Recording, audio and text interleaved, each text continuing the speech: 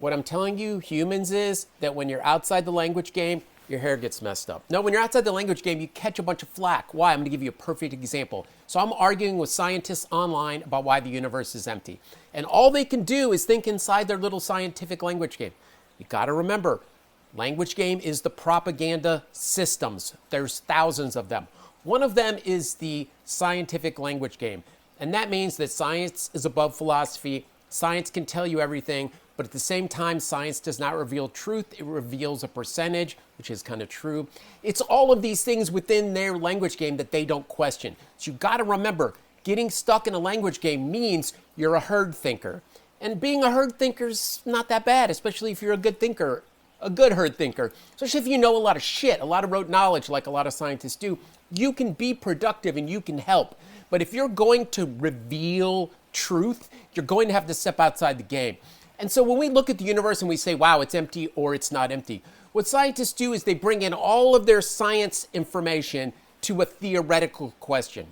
And it doesn't work like that. You bring in your scientific information about light waves and light speeds and planetary orbitations and all of these different propagandized scientific facts. I just made that up.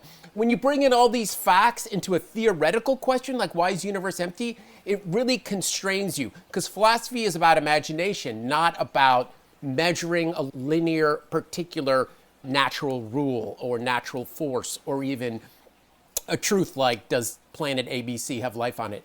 The truth is, it is very, though it's imaginative, it is very feasible to construct a kind of theory that the universe looks strange.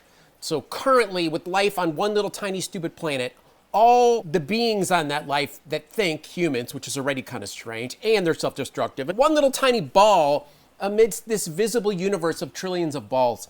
Come on, bro. It would be really easy to imagine just spaceships everywhere and different beings everywhere, like a bad Star Trek episode gone nuts, a cornucopia of alien life. And instead, you have millions of different types of life, of organisms on one little green planet and nowhere else.